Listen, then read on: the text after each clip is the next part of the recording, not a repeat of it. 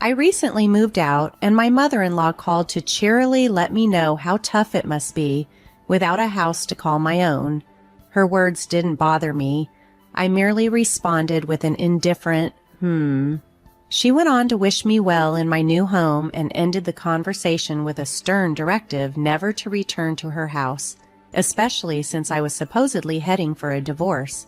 She then hung up abruptly. Left alone in the airport, I wasn't angry but unexpectedly felt a burst of joy. I pumped my fist slightly, celebrating this small personal victory, and walked off with renewed energy in my step. My name is Jessica, and my husband Kevin was assigned to work abroad right after our wedding, which meant we had to live apart temporarily. Despite the physical distance soon after our marriage, our relationship was strong, rooted in 6 years of dating and living together before we got married. I trusted Kevin completely and wasn't concerned about his fidelity. My main hope was for his health and well-being while he was overseas. Life was relatively calm, albeit a bit lonely, but then a new challenge emerged when my mother-in-law decided to move into our home. Recently single, she declared her intentions to keep an eye on me to prevent infidelity, something she suffered from her ex-husband. She moved in without our permission, turning my daily life into an ordeal of constant scrutiny. Feeling cornered, I reached out to Kevin for support. He tried persuading his mother to leave, but she was obstinate. "Kevin trusts you too much, Jessica. I know a woman like you will end up cheating," she would say without any basis, turning every day into a torment. She wouldn't cook for me or share any food she prepared, and she never bothered with groceries, using up whatever was in the fridge for herself. This ongoing surveillance made my life unbearable. Desperate, I turned to Kevin for help. He repeatedly urged his mother to leave, but she refused to listen. "Kevin trusts you too much, Jessica. I can tell a woman like you will cheat," she accused baselessly, giving me a headache every day. Regardless of what I did, she linked it to infidelity. My mother-in-law wouldn't even prepare dinner for me. She would cook for herself using food from the fridge, but never left any for me. Moreover, she didn't go grocery shopping herself. She used the ingredients that were meant for both of us, adding to the daily strain. I had bought groceries for my cooking only to find them missing when I returned home. Despite my complaints, my mother-in-law either ignored them or simply didn't care.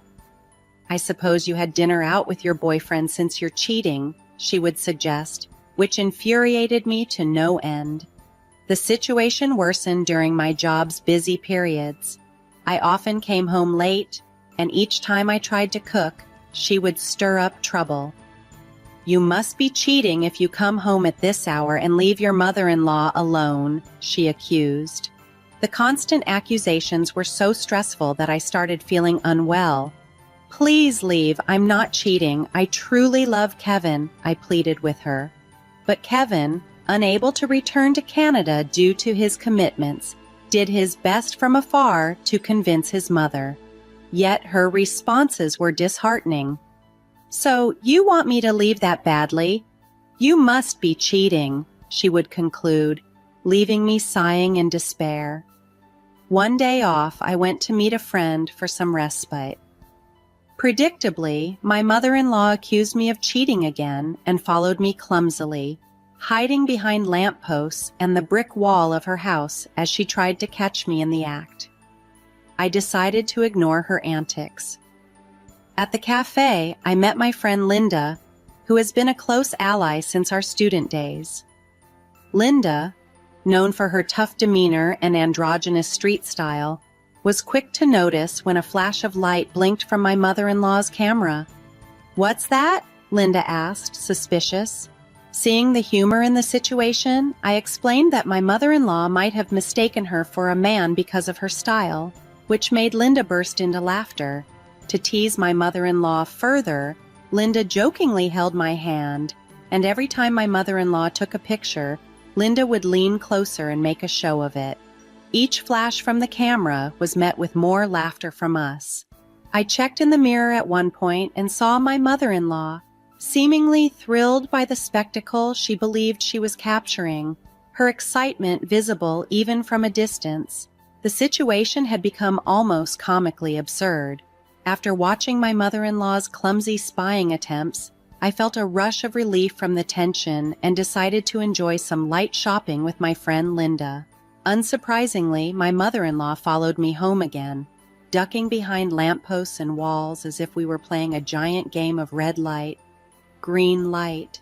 I indulged in the game, darting around to see her scramble into hiding. It was strangely entertaining.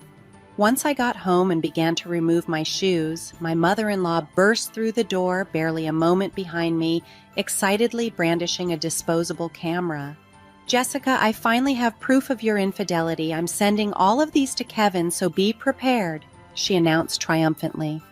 "Oh, really? Good luck with that," I replied nonchalantly. She didn't appreciate my calm demeanor and spent the rest of the day hovering around me like an annoying bee, insisting she had caught me red-handed. "It's clear proof of infidelity. Your face and his are both in these photos," she claimed. I kept my cool. "That's fine," I assured her. While it was unfortunate that she mistook Linda's androgynous appearance for a man, Kevin had met Linda several times before our wedding. Even if my mother-in-law sent him the photos, Kevin would easily recognize her as just a friend. As I dealt with my mother-in-law's childish antics, an unexpected business trip came up, requiring me to travel overseas. It was disappointing that I wouldn't meet Kevin, as it was in a different country, but it couldn't be avoided. I informed my mother-in-law about my trip. Though I didn't seek her opinion, she somehow construed it as a chance for a romantic escapade. While I was packing, she smirked and commented, "It'll be a big problem if you come back pregnant from your romantic getaway. Kevin hasn't seen you in a while, so it won't be easy to pretend the baby is his." Her wild imagination rendered any serious conversation pointless. "Yes, indeed. But remember, it's a business trip, not a romantic getaway," I responded, dismissing her baseless speculations with a wave of my hand, determined not to let her fantasies disturb my focus on the upcoming professional commitment. After a hectic business trip that seemed to blur by with its non-stop pace, I returned to Canada, thoroughly exhausted. Even my boss, who had been on the trip as well, looked visibly drained as she headed to her own home. I had planned to unwind a bit by purchasing some duty-free sweets before heading back, so I settled on a bench to relax for a moment. That's when my phone rang. It was Linda on the other end, and she had some unexpected news. Jessica, welcome back. There's something I need to tell you. Your mom came to the company on family business," she said. The company Linda's family ran wasn't the type that just anyone would visit, so hearing that my mother-in-law had shown up there instantly got under my skin. Linda explained how she dealt with the situation and asked if she had been too harsh. I reassured her with a laugh. "No, I think it was just right." Just as I was about to hang up and collect myself to leave, my phone rang again. This time it was my mother-in-law.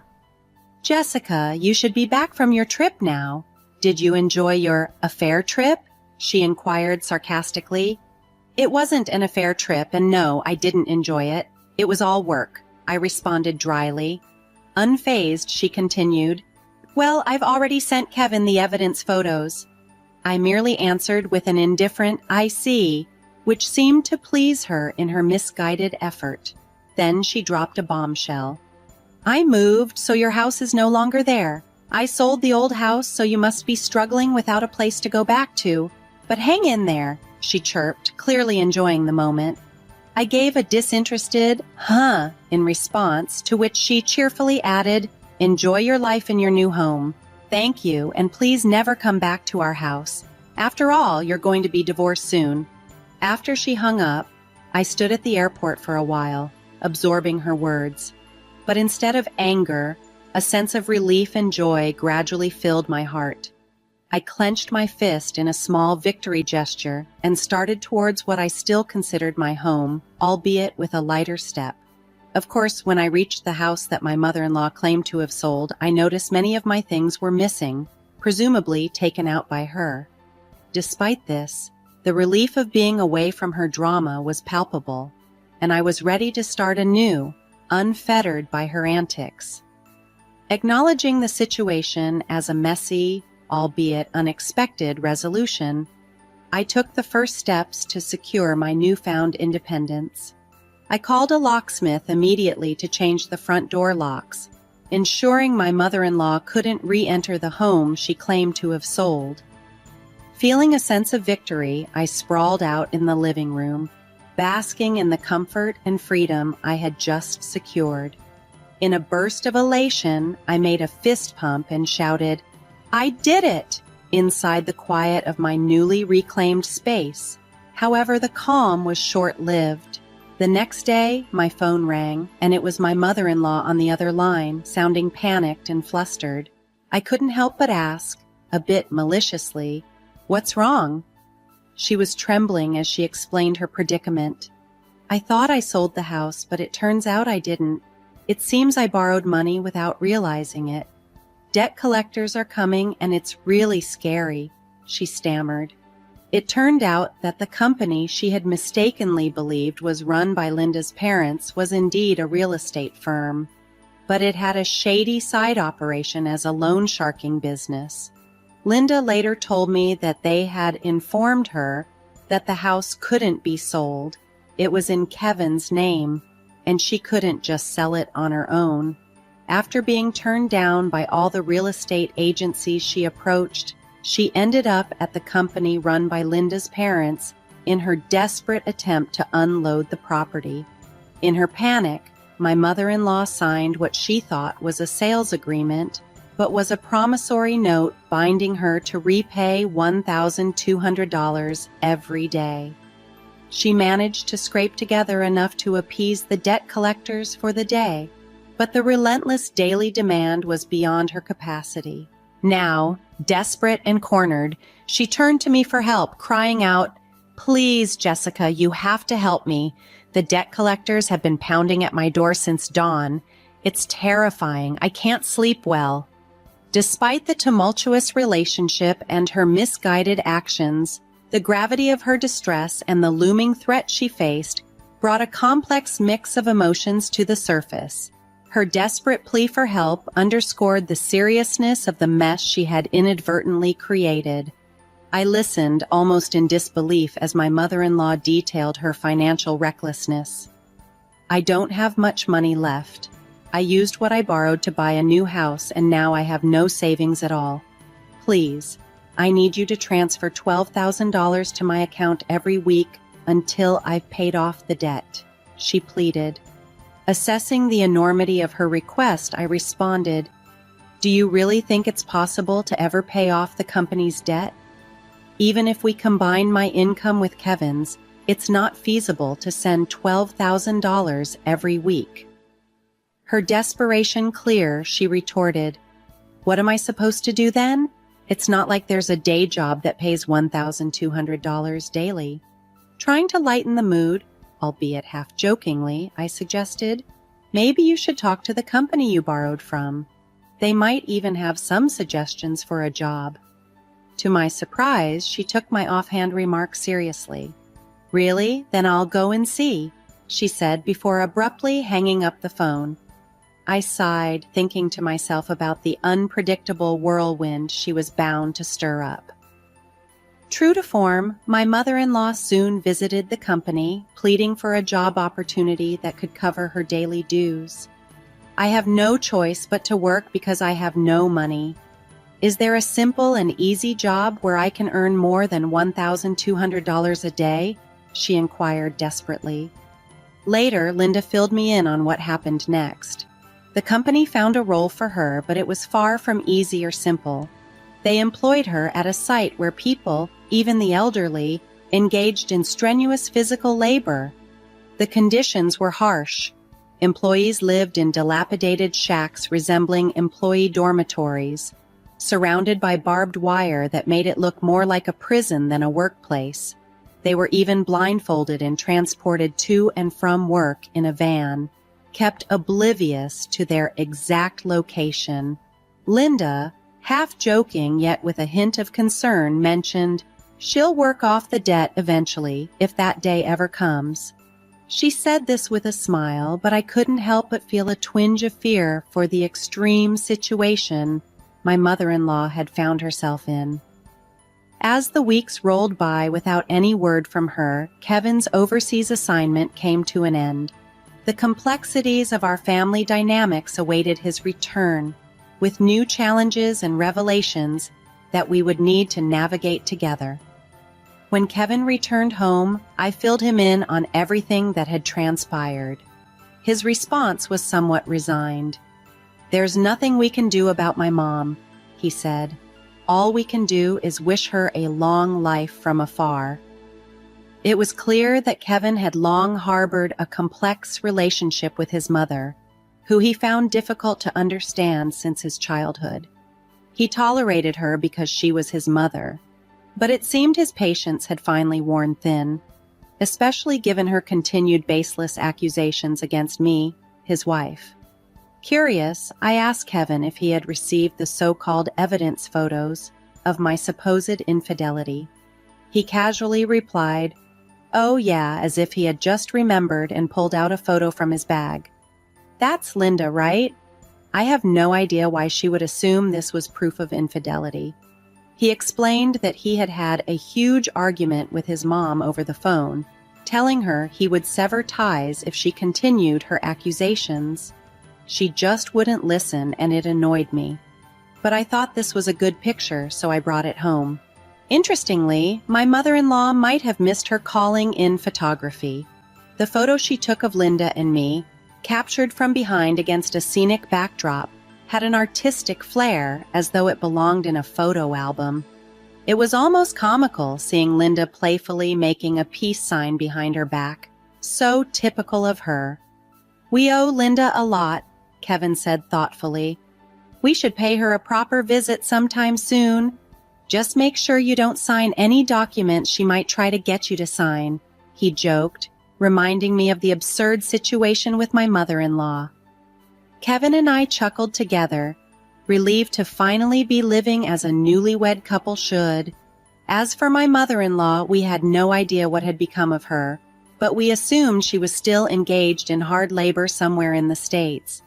We felt we could probably find out her whereabouts if we asked Linda, but neither Kevin nor I had any desire to track her down. Life moved on for us in a blissful bubble. Kevin and I continued to enjoy our time together, and soon we welcomed our first child. Our days were filled with joy and the simple pleasures of our new family life.